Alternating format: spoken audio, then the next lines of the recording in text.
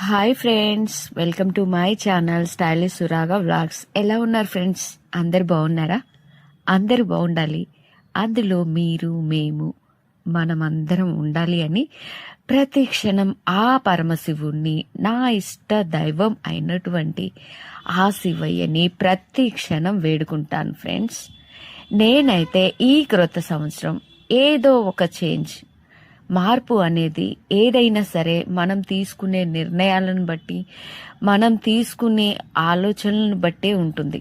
So నేను ఏంటి అని అంటే, నేను ఏమని క్రొత్త సంవత్సరం నేను మార్పు చేసుకోవాలి అనుకుంటున్నాను అంటే, ఏదో ఒక టైం, వీక్లో వన్స్ ఏదో ఒక టైం అయినా సరే ఏదైనా ఒక టెంపుల్కి వెళ్ళి దేవుణ్ణి దర్శించుకోవాలి అనేసి ఈ క్రొత్త సంవత్సరం నేను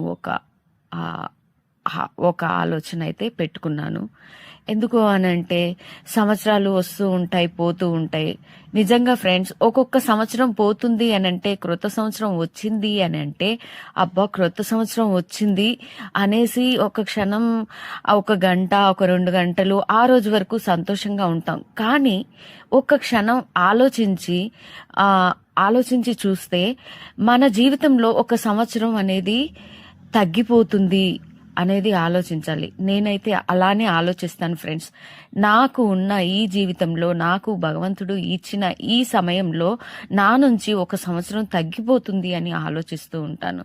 సో భగవంతుడా, ఈ ఉన్న క్షణమైనా సరే, ఈ ఉన్న గడియ, ఈ ఉన్న సమయం, ఈ ఉన్న రోజు నిన్ను ఆరాధించడానికి మనస్ఫూర్తిగా నాకు అవకాశాన్ని ఇవ్వు అనేసి ఆ భగవంతుణ్ణి నేను ప్రతి క్షణం వేడుకుంటాను. ప్రతి క్షణం మీ గురించి కూడా వేడుకుంటాను ఫ్రెండ్స్. ఎక్కడ ఉన్నా సరే, ఎలా ఉన్నా సరే, నా అనుకునే వాళ్ళు, నా చుట్టూ ఉన్న వాళ్ళు, నన్ను నమ్ముకున్న వాళ్ళు, నేను నమ్ముకున్న వాళ్ళందరినీ చల్లగా చూడు భగవంతుడా అని ప్రతి క్షణం అయితే నేను వేడుకుంటాను ఫ్రెండ్స్.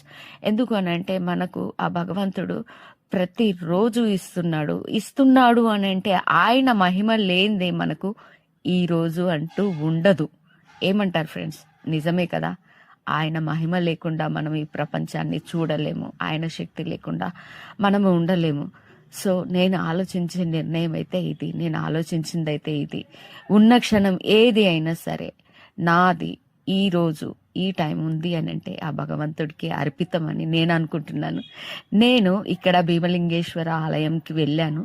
అక్కడైతే ఆ పరమేశ్వరుణ్ణి ఆరాధిస్తున్నాను. ఓకే.